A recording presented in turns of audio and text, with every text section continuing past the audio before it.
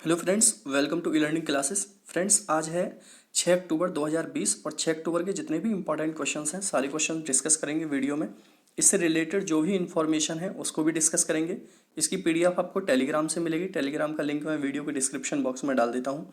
Channel को subscribe जरूर कर लेंगे जिससे कि सारी वीडियोज़ आपको मिलती रहे। चलो शुरुआत करते हैं दोस्तों आज के पहले क्वेश्चन से। क्वेश्चन पहला है आज का, 5 अक्टूबर को विश्व भर में कौन सा दिवस मनाया जाता है? क्वेश्चन नंबर पहला, और क्वेश्चन नंबर पहले का आंसर है विश्व शिक्षक दिवस। काफ़ी इंपॉर्टेंट है। 5 अक्टूबर को पूरे विश्व में विश्व शिक्षक के रूप में मनाया जाता है। देखो, ये 5 अक्टूबर को जो विश्व शिक्षक दिवस मनाया जाता है, इसे मनाया जाता है यूनेस्को के द्वारा। किसके द्वारा? यूनेस्को के द्वारा। और इसे शुरू किया गया था 1966 में पहली बार। इसकी थीम क्या है? थीम भी काफ़ी इंपॉर्टेंट रहती है। मैं हमेशा थीम बताता हूँ आपके लिए डेज की। इसकी इस बार थीम रहेगी leading in crisis reimagining the future. मैं लिख देता हूँ, ये लिख लिया करो भाई, ये काफ़ी इंपॉर्टेंट है। लीडिंग इन क्राइसिस रिमेजिंग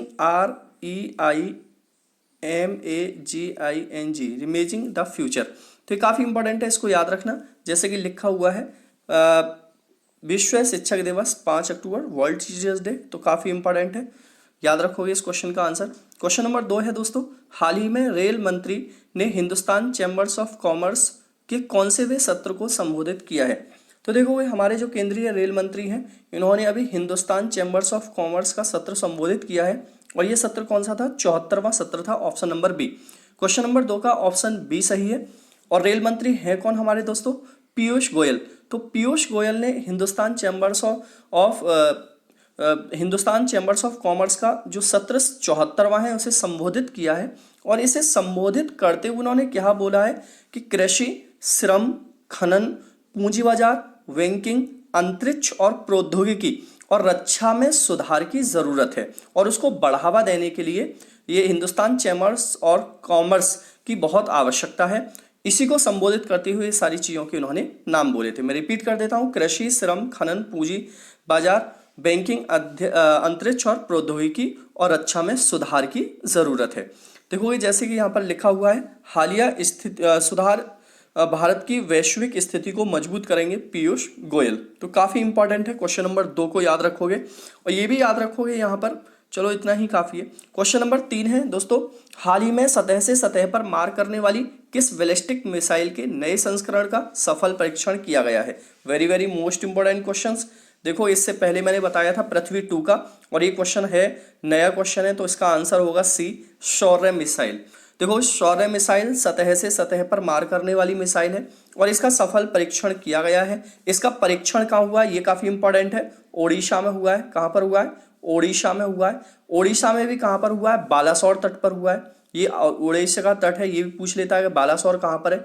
बालासोर तट पर हुआ है। ये जो शौर्य मिसाइल है, ये कितने रेंज की है दोस्तों? ये 800 किलोमीटर की मारक क्षमता, ये 800 किलोमीटर तक की दूरी की मारक क्षमता वाली है। तो काफ़ी इंपॉर्टेंट रहेगा शौर्य मिसाइल का कहाँ पर हुआ है और कैसी मिसाइल है? बैलिस्टिक मिसाइल है, ठीक है, सतह से सतह पर मार करने वाली है। आगे आते हैं क्वेश्चन नंबर। देखो, ये जैसे लिखा भी है यहाँ पर, भारत ने किया शौर्य मिसाइल के नए संस्करण का सफल परीक्षण, 800 किलोमीटर की इसकी दूर मारक क्षमता है। तो ये देखोगे पूरा बना हुआ है। क्वेश्चन नंबर देखोगे, नेक्स्ट है दोस्तों, क्वेश्चन नंबर 4 है, हाल ही में वैज्ञानिकों ने किस बीमारी को पैदा करने वाले गैस्ट्रिक रोगाणु का पता लगाने के लिए नया ब्रेथ प्रिंट खोजा है? तो देखोगे, अभी वैज्ञानिकों ने गैस्ट्रिक रोगाणु का पता लगाने के लिए नया ब्रेथ प्रिंट खोजा है। तो बीमारी कौन सी है? आंसर होगा इसका अल्सर। अल्सर की जो बीमारी को पैदा करने वाला गैस्ट्रिक रोगाणु होता है, उसका एक नया ब्रेथ प्रिंट वैज्ञानिकों ने खोज लिया है। तो इसका आंसर क्या है? अल्सर है। अब देखो, इसकी खोज कहाँ पर और किसने की है, ये काफ़ी इंपॉर्टेंट है। तो इसकी खोज की है, जिस वैज्ञानिक का नाम है, उनका नाम है SN Bose, national centre for basic sciences, Kolkata. मतलब बेसिकली अगर पूरे शहर का नाम आएगा तो क्या आएगा? कोलकाता। और कोलकाता में जिस सेंटर में हुई है उसका नाम क्या है? SN Bose, national centre for basic sciences. Doctor का नाम क्या है? डॉक्टर मणिक प्रधान एवं उनकी टीम ने। तो डॉक्टर मणिक प्रधान यहाँ पर काफ़ी इंपॉर्टेंट रहेंगे। उनके द्वारा ये अल्सर का जो गैस्ट्रिक रोगाणु है उसका उन्होंने ब्रेथ प्रिंट खोजा है। जैसे कि यहाँ पर सॉरी गलत लग गया है इसमें, तो काफ़ी इंपॉर्टेंट रहेगा। क्वेश्चन नंबर 5 है, हाल ही में आईसीसी ने ग्लोबल लीडरशिप अवार्ड्स के तहत किसे लाइफ टाइम अचीवमेंट अवार्ड से सम्मानित किया है। तो क्वेश्चन नंबर 5 और क्वेश्चन नंबर 5 भी काफ़ी इंपॉर्टेंट रहेगा कि ग्लोबल लीडरशिप अवार्ड के तहत किसे लाइफ टाइम अचीवमेंट अवार्ड से सम्मानित किया गया है। आंसर होगा दोस्तों इसका सी, रतन टाटा। रतन टाटा को यह अवार्ड मिला है और ये अवार्ड किसके द्वारा दिया गया है? आईएसीसी की फुल फॉर्म क्या है यहाँ पर? Indo American chamber of commerce. Indo American chamber of commerce ये आईएसी की फुल फॉर्म है, जिसके अध्यक्ष भारत में कौन है? नौशाद पंजवानी। कौन है? नौशाद पंजवानी इसके अध्यक्ष हैं। और रतन टाटा को मिला है इसमें ग्लोबल लीडरशिप अवार्ड के तहत इनको लाइफ टाइम अचीवमेंट अवार्ड से सम्मानित किया गया है। तो काफ़ी इंपॉर्टेंट रहेगा, याद रखना है इस क्वेश्चन के बारे में। क्वेश्चन नंबर 6 है दोस्तों, हाल ही में किसके द्वारा प्रकाशित डाटा के अनुसार वित्त वर्ष 2020 में देश के क्षेत्रीय ग्रामीण बैंक को 2206 करोड़ रुपए का शुद्ध घाटा हुआ है?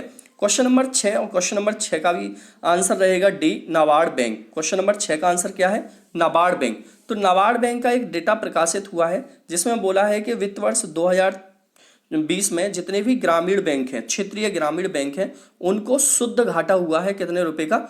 2206 करोड़ रुपए का शुद्ध घाटा हुआ है। नाबार्ड बैंक ने बोला है। तो नाबार्ड बैंक की स्थापना कब हुई थी दोस्तों? ये हुई थी 12 जुलाई 1982 को हुई थी। इसका हेडक्वार्टर कहाँ पर है? मुंबई में इसका हेडक्वार्टर है। और इम्पॉर्टेंट न्यूज़ क्या है इसके बारे में कि इसके जो सीईओ हैं उनका नाम क्या है? हर्ष कुमार भनवाला। क्या नाम है? हर्ष कुमार भनवाला। और ये जो रिपोर्ट है ये क्षेत्रीय ग्रामीण बैंकों की, ये 650 जिलों और 45 आरआरबी के ऑपरेशंस इसके अंदर हुए थे, तब जाके रिपोर्ट को लाया गया है। तो देखो इसमें क्वेश्चन नंबर 7 देखोगे। क्वेश्चन नंबर 7 है, हाल ही में किस राज्य के संस्कृति एवं पर्यटन मंत्री सीटी रवि ने अपने पद से इस्तीफा दे दिया है?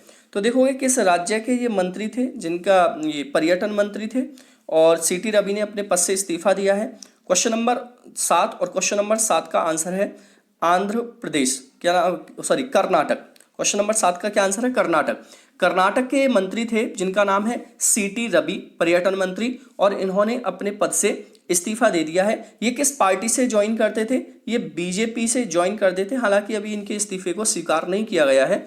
बीजेपी पार्टी से थे, इन्होंने इस्तीफा दिया है। अब देखो कर्नाटक की बात है यहाँ पर, तो कर्नाटक की यहाँ पर राजधानी क्या है दोस्तों? बेंगलोर यहाँ की राजधानी है। बेंगलोर यहाँ की राजधानी है। सीएम कौन है? BS येदियुरप्पा यहाँ के सीएम हैं।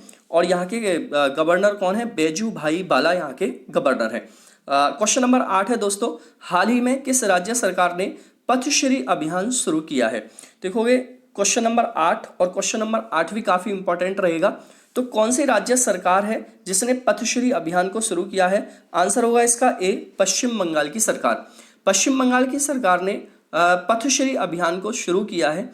और ये जो अभियान होगा दोस्तों पश्चिम बंगाल के द्वारा, ये 12,000 किलोमीटर सड़क की मरम्मत के लिए है। ये जो अभियान है ये कितना है? 12,000 किलोमीटर तक की जो सड़क हैं उनकी मरम्मत की जाएगी। और इसमें ऐसी कितनी सड़कें आ रही हैं? 7,000 सड़कें इसमें ली गई हैं। कितनी?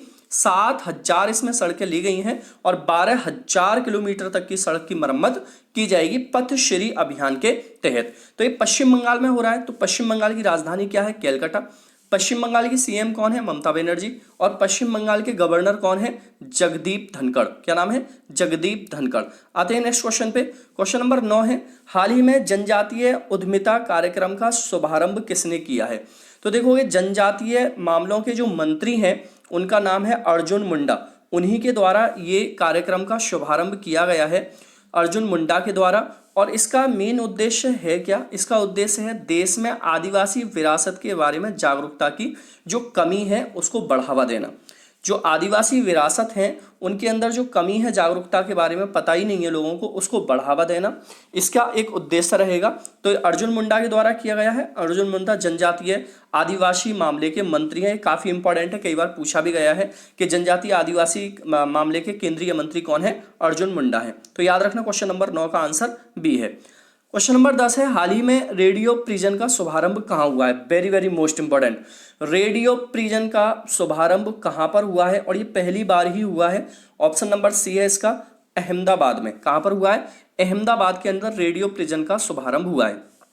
एक्चुअल में रेडियो प्रिजन है क्या? रेडियो प्रिजन आपका जेल में जो कैदी बंद हैं उनसे रिलेटेड है।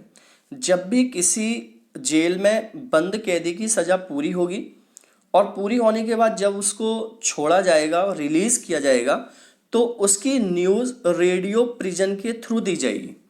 रेडियो प्रिजन इस बात का, सुबह जैसे कैदी छूटते हैं सुबह ही सुबह, तो रेडियो प्रिजन इस बात की न्यूज़ देगा कि फलाना कैदी, ये वाला कैदी छोड़ा जा रहा है आज।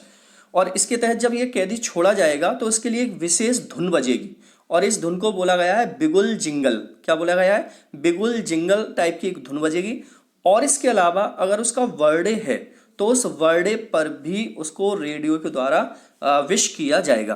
तो ये पहली बार ऐसा हो रहा है हमारे देश में, और ये अहमदाबाद के अंदर हो रहा है। तो काफ़ी इंपॉर्टेंट है, इसको याद रखना ज़रूरी है कि रेडियो प्रिजन का शुभारंभ कहाँ हुआ है? अहमदाबाद के अंदर हुआ है। ठीक है, तो याद रखो इस क्वेश्चन का आंसर सी है। आगे आते हैं, क्वेश्चन नंबर 11 है, हाल ही में किस राज्य के मुख्यमंत्री ने ऑनलाइन पेंशन सबमिशन और ट्रैकिंग पोर्टल कृतज्ञता लॉन्च किया है? तो क्वेश्चन नंबर 11 है, और क्वेश्चन नंबर 11 का आंसर है दोस्तों सी, असम। असम की सरकार ने ऑनलाइन पेंशन सबमिशन और ट्रैकिंग पोर्टल कृतज्ञता, देखो ये याद रखना है, काफी इंपॉर्टेंट है, यही पोर्टल का नाम है, कृतज्ञता लॉन्च किया है। अब देखो ये जो लॉन्च किया गया है असम की सरकार के द्वारा, इसका मेन उद्देश्य है क्या? ये है क्या एक्चुअल में? ये है कि पेंशन भोगी को उनके पेंशन संबंधी दावों के निपटान करने के लिए सुविधा देने के लिए है। जितने भी पेंशन भोगी हैं उनके जो भी दावे हैं पेंशन से रिलेटेड, उनकी जो भी प्रॉब्लम है पेंशन से रिलेटेड, उनको निपटाने के लिए ये सुविधा दी गई है कि इसके द्वारा उनकी सुविधा दावों को निपटाया जाएगा। असम की सरकार ने किया है दोस्तों ये। तो असम की इस टाइम पर राजधानी क्या है? दिसपुर है। और इस टाइम पर असम के सीएम कौन है? सर्बानंद सोनोवाल हैं। सर्बानंद सोनोवाल हैं। और यहाँ पर गवर्नर कौन है? जगदीश मुखी हैं। जगदीश मुखी यहाँ के गवर्नर हैं। तो असम के बारे में इतनी बात आपको याद रख लेनी है। आते हैं क्वेश्चन नंबर 12 पर, हाल ही में वेस्टइंडीज महिला क्रिकेट टीम का मुख्य कोच किसे नियुक्त किया गया है? तो देखो वेस्टइंडीज महिला क्रिकेट टीम का मुख्य कोच बनाया गया है कर्टनी वॉल्स को। कर्टनी वॉल्स बने हैं महिला क्रिकेट टीम के मुख्य कोच। और कर्टनी वॉल्स हैं कहाँ के? वेस्ट इंडीज के ही रहने वाले हैं। और ये पहले खिलाड़ी थे वेस्ट इंडीज के जिन्होंने सबसे ज़्यादा मैच खेले थे, टेस्ट मैच। सबसे ज़्यादा टेस्ट मैच खेलने वाले पहले खिलाड़ी की बात कर रहा हूँ मैं, ठीक है ना। सबसे ज़्यादा टेस्ट मैच खेलने वाले ये पहले खिलाड़ी बने थे। आज पता नहीं है, मैंने पिक्स वगैरह सारी लगाई थी लेकिन इससे किसी तरीके से हट गई हैं, तो थोड़ा सा एडजस्टमेंट कर लेना।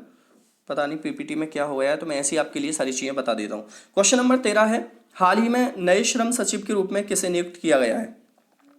देखो अभी नए श्रम सचिव के रूप में नियुक्त किया गया है, आंसर होगा इसका अपूर्वा चंद्रा को। अपूर्वा चंद्रा को नए श्रम सचिव के रूप में नियुक्त किया गया है। काफी इंपॉर्टेंट क्वेश्चन है, 13वां क्वेश्चन भी, ठीक है। अपूर्व चंद्र जो कि हमारे श्रम सचिव के रूप में नियुक्त हुए हैं। तो याद रखोगे क्वेश्चन नंबर 13 का आंसर क्या है? ए है अपूर्व चंद्र। आगे आते हैं, क्वेश्चन नंबर 14 है, हाल ही में दिव्यांग योद्धा साइकिल रैली का उद्घाटन किसने किया है? ये भी वेरी वेरी मोस्ट इंपॉर्टेंट है। दिव्यांग योद्धा साइकिल रैली का उद्घाटन किया गया है हमारे जो खेल मंत्री हैं किरण रिजिजू के द्वारा। किसके द्वारा? किरण रिजिजू के द्वारा इसका शुभारंभ किया गया है। और ये जो दिव्यांग योद्धा रैली है ये कहाँ से शुरू हुई है दोस्तों? ये गुजरात के साबरमती से। कहाँ से? गुजरात के साबरमती से शुरू हुई है। और ये कहाँ पर आके ख़त्म हुई है? ये दिल्ली में राजघाट में आकर ख़त्म हुई है। दिल्ली तक ये राजघाट तक की पूरी दिव्यांग योद्धा साइकिल रैली थी। गुजरात से शुरू हुई, दिल्ली के राजघाट तक आके समाप्त हुई। और इसमें जो दूरी चली गई है वो कितनी चली गई है? 1000 किलोमीटर की। कितनी? 1000 किलोमीटर की दूरी तय की गई है। और ये कितने दिन में तय की गई है? ये 16 दिन में ये दूरी तय की गई है। कितने दिन में? 16 दिन में ये दूरी तय की गई है। तो इसको किसके द्वारा शुभारंभ किया गया था? उद्घाटन हमारे खेल मंत्री किरण रिजिजू के द्वारा किया गया था, ठीक है।